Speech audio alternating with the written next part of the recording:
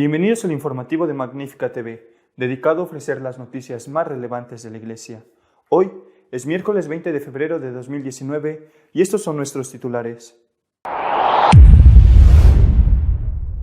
El Papa ha respondido a la carta que le envió el dictador venezolano, Nicolás Maduro. En respuesta, ya no le llama presidente, sino que se dirige a él como señor. McCarrick no solo no es cardenal, sino tampoco sacerdote. Ha sido reducido al estado laical por un tribunal de la Congregación de la Doctrina de la Fe.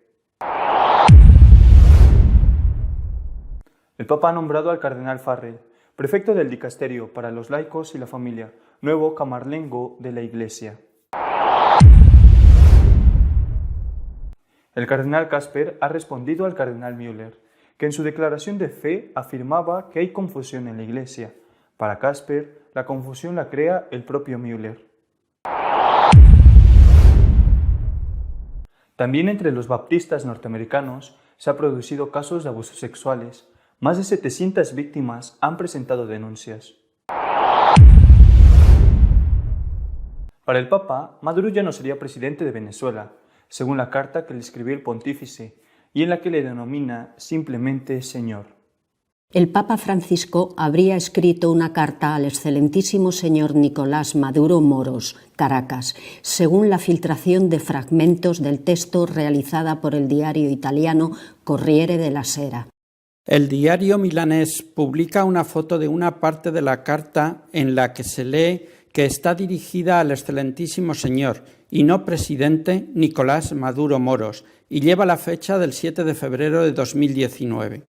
En la carta, además, el Papa lamenta que el régimen venezolano echase a perder mediaciones anteriores a cargo de varios exmandatarios americanos y el español Rodríguez Zapatero, en las que participaba un representante del Vaticano. La carta recuerda el documento público más importante del Vaticano en toda la crisis. La carta del 1 de diciembre de 2016, en la que el secretario de Estado Pietro Parolin reclamaba a Maduro una serie de condiciones previas que nunca aceptó. Además, añade el diario, el Papa reitera la necesidad de evitar cualquier forma de derramamiento de sangre. La carta del Papa sería una respuesta a la recientemente enviada por Maduro, en la que éste hacía una petición de mediación. Por parte de la Iglesia, el protagonismo respecto corresponde a la Conferencia Episcopal, que se ha manifestado en contra de la mediación. El Papa ha aceptado la decisión de la Congregación de la Doctrina de la Fe y ha reducido al estado laical al excardenal McCarrick por delitos sexuales.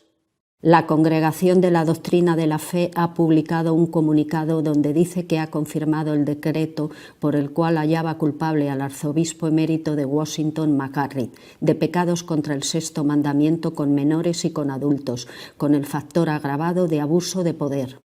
La Congregación para la Doctrina de la Fe ha reducido al estado laical al arzobispo emérito de Washington, tras probarse que ha abusado de menores y seminaristas, tal y como ha informado la oficina de prensa de la Santa Sede. El Santo Padre ha reconocido el carácter definitivo de esta decisión adoptada de acuerdo con la ley.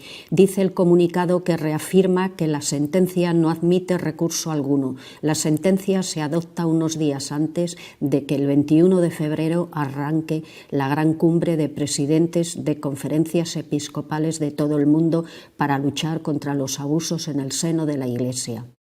La reducción al estado laical de un antiguo miembro del colegio cardenalicio, del que fue expulsado en julio por el Papa por abusos a un adolescente, es una medida sin precedentes en la historia moderna de la Iglesia. La Iglesia tiene un nuevo camarlengo, el cardenal Farrell, prefecto del Dicasterio para los laicos y la familia. Se encargará de gobernar el Vaticano cuando el Papa muera. El Papa ha designado al cardenal irlandés norteamericano Kevin Farrell, prefecto de laicos y familia, como nuevo camarlengo de la Iglesia Católica, puesto vacante desde que murió en julio el cardenal francés Jean-Louis Thoron. Una función del camarlengo es comprobar formalmente que el Papa ha muerto. Tradicionalmente, el camarlengo, al lado del lecho del difunto, le llama por su nombre de pila y apellidos 3 veces, distanciadas por 3 minutos. Después golpea suavemente la cabeza del Papa. Comprobada su muerte, le quita el anillo del pescador y lo destruye con un martillo en presencia de otros cardenales. También destruye el sello oficial del pontífice. El camarlengo cierra los aposentos papales y comunica la muerte al vicario general de la diócesis de Roma, que lo da a conocer a la prensa y a la ciudad. Así empieza la sede vacante, que tiene 2 objetivos: organizar las exequias papales y llevar a cabo un cónclave para elegir nuevo pontífice. El camarlengo durante la sede vacante se responsabiliza del día a día de la Ciudad del Vaticano como Estado, pero no del gobierno espiritual de la Iglesia, que corresponde al colegio cardenalicio y solo para funciones básicas.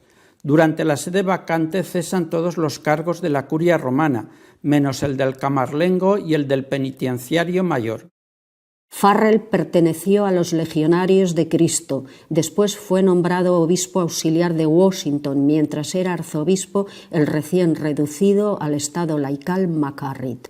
De ahí fue promovido a arzobispo de Dallas, donde estaba cuando el Papa le llamó al Vaticano para encargarse del dicasterio de familia y vida. El cardenal Casper niega que haya confusión en la Iglesia, y si la hubiera, se debe a los que, como el cardenal Müller, se niegan a aceptar los cambios. La declaración de fe del cardenal Gerhard Ludwig Müller, prefecto emérito de la Congregación para la Doctrina de la Fe, ha sido criticado por el cardenal Casper, que afirma que contiene medias verdades y promueve confusión y división. Casper reconoce que la declaración de Müller contiene muchas declaraciones de fe que todo católico recto puede afirmar de todo corazón, pero asegura que algunas de las verdades son tan resaltadas que hacen que otras se pierdan. El cardenal Casper indicó además que se sintió totalmente horrorizado al leer sobre el fraude del anticristo hacia el final de la declaración. Por hablar de esto, acusa a Müller de estar haciendo un reciclaje de Lutero, que también se refirió al mismo tema. Los baptistas norteamericanos no han sido inmunes a los abusos sexuales. Más de 700 víctimas han presentado denuncias contra los pastores de esa iglesia protestante. Más de 700 víctimas fueron objeto de conductas inapropiadas por parte de casi 400 líderes de la Iglesia Bautista del Sur, que con 15 millones de miembros es la iglesia protestante más importante de Estados Unidos. Los pastores bautistas pueden contraer matrimonio. Cientos de líderes espirituales y personal administrativo de la Iglesia Bautista del Sur en Estados Unidos han sido acusados por abuso sexual en los últimos 20 años, según una investigación periodística difundida el domingo. Así lo revela una investigación conjunta de los periódicos Houston Chronicle y San Antonio Express News, los 2 principales diarios de Texas, que descubrieron que 220 de los acusados fueron condenados por abuso sexual o negociaron acuerdos para reducir sus penas. La gran mayoría de los acusados ejerció su ministerio en iglesias de Texas. De ellos, más de 100, a pesar de figurar en el registro central de delincuentes sexuales, se mantienen en algún ministerio de la congregación. Esta investigación pone de manifiesto que el celibato no es la causa de los abusos sexuales, como algunos medios de comunicación han intentado establecer, puesto que en la Iglesia Bautista los pastores se pueden casar. Nuestro editorial de esta semana está dedicado a comentar las acusaciones del cardenal Casper contra el cardenal Müller por haber dicho que en la Iglesia hay confusión. Una vez más, la semana ha tenido muchas cosas interesantes, pero voy a fijarme solo en 2 de ellas. La primera, la carta que el Papa ha enviado al dictador venezolano Maduro en respuesta a la carta que Maduro le envió al Papa.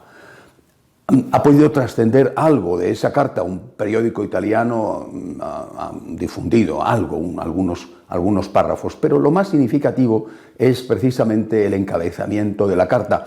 El Santo Padre no se dirige a Maduro diciéndole «Excelentísimo señor presidente de Venezuela», sino simplemente excelentísimo señor Nicolás Maduro. Apearle del título es, de hecho, aunque no sea todavía oficial, es de hecho reconocer que ya no es el presidente legítimo de ese país. Entre otras cosas, la carta de Maduro no fue una carta privada. Si una carta privada es contestada de forma privada, bueno, incluso podíamos decir que a una carta privada el Papa contesta con su nombre de pila, y no con el título como vicario de Cristo. No fue una carta privada y la respuesta, aunque no se ha publicado de forma oficial, no era una respuesta tampoco privada. El Santo Padre toma posiciones, por lo tanto, y se distancia de este sangriento dictador comunista. No es que el Vaticano haya reconocido a Guaidó el presidente, digamos, en funciones o presidente provisional, pero al menos no le está dando ya a Maduro el título de presidente. Esto creo que es un gran paso adelante. Y junto con eso, algo de lo que se ha conocido del contenido de la misiva es que el Papa responde a la petición de Maduro de que interceda con la oposición para sentarse a una mesa de diálogo, diciendo que eso ya se hizo, que fue un diálogo trampa, como ha declarado públicamente el cardenal Porras de Venezuela. No sirvió para nada más que para paralizar las protestas y, por lo tanto, dar oxígeno a un régimen dictatorial sangriento. No va a caer la Iglesia de nuevo en esa trampa. Ellos, los dictadores, no cumplieron lo que habían prometido en aquella mesa de diálogo y eso ya no se va a volver a producir. Dios quiera que esto sea un paso adelante importante, Dios lo quiera, para acabar con una tiranía que está llevando a millones de personas al hambre, a la desesperación, a tener que huir de su patria, en el fondo, a vivir en condiciones inhumanas.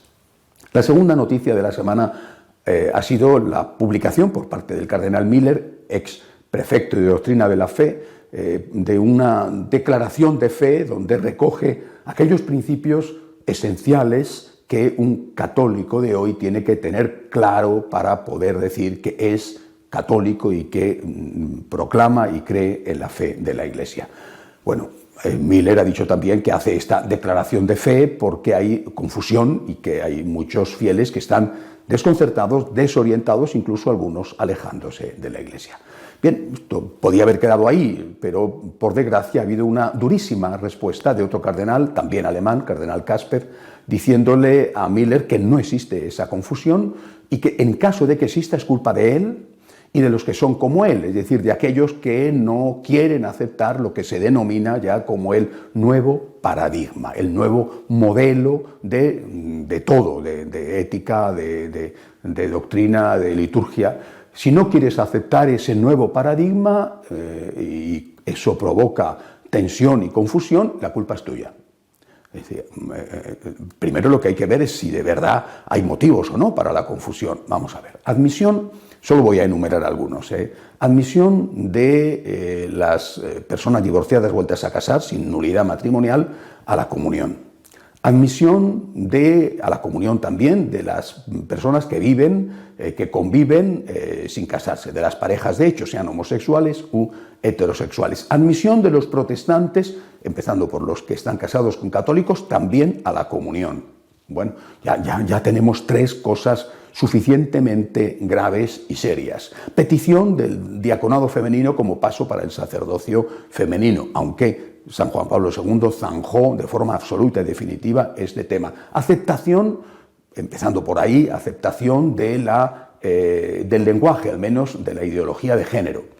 Esto no lo ha aprobado oficialmente el Santo Padre, pero es lo que promueven aquellos que se declaran y se presentan como sus amigos, como los amigos del Papa, empezando por una parte considerable del episcopado alemán. Esto es lo que crea confusión.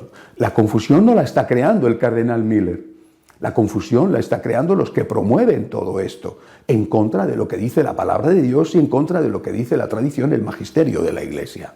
Es decir, estamos en una situación tan absurda, tan injusta, que en este momento el culpable es el que es fiel a lo que la Iglesia ha dicho siempre. Si te acomodas, si cedes, si no protestas, entonces te van a dar prebendas y nombramientos. Es la zanahoria. Pero si protestas y dices, yo no puedo aceptar esto es imposible, esto no lo dice el Señor, no lo ha dicho nunca la Iglesia, entonces tú eres el culpable de amar lío. O sea, es como si la víctima de la violación, poniendo un ejemplo, la víctima de la violación fuera culpable de la violación porque va a la policía a presentar la denuncia. Oiga, si usted no fuera a la policía a presentar la denuncia y usted se callara, entonces no habría ningún problema, no habría violaciones. La violación procede de la víctima de la violación cuando presenta la denuncia. Repito, es absurdo para el intelecto, es profundamente injusto. En la barca de Pedro, mejor dicho, dentro de la barca ya ha entrado el agua, lo dijo no hace mucho el Papa Benedicto XVI, pero desde luego en el mar que rodea la barca de Pedro, pues hay un fuerte oleaje. Bueno, pues no existe ese oleaje, y en caso de que existiera, la culpa no es de los que están cambiando las cosas. La culpa es, o sería, de aquellos que no pueden aceptar esos cambios, que no pueden aceptar cosas contra la palabra de Dios o contra la tradición y el magisterio de la Iglesia. A esto es a lo que estamos llegando. Es tremendo lo que ha dicho el cardenal Casper. Bueno, yo creo que tenemos una vez más que pedir oraciones por la Iglesia. Una vez más también tenemos que pedir a Dios que nos dé fidelidad. Somos pecadores, por desgracia somos pecadores, pero queremos ser fieles. Hasta la semana que viene, si Dios quiere. Si desean estar al tanto de lo que va sucediendo en nuestra Iglesia, puede hacerlo en nuestra página web de noticias www.católicosonline.org. Hasta la semana que viene, si Dios quiere.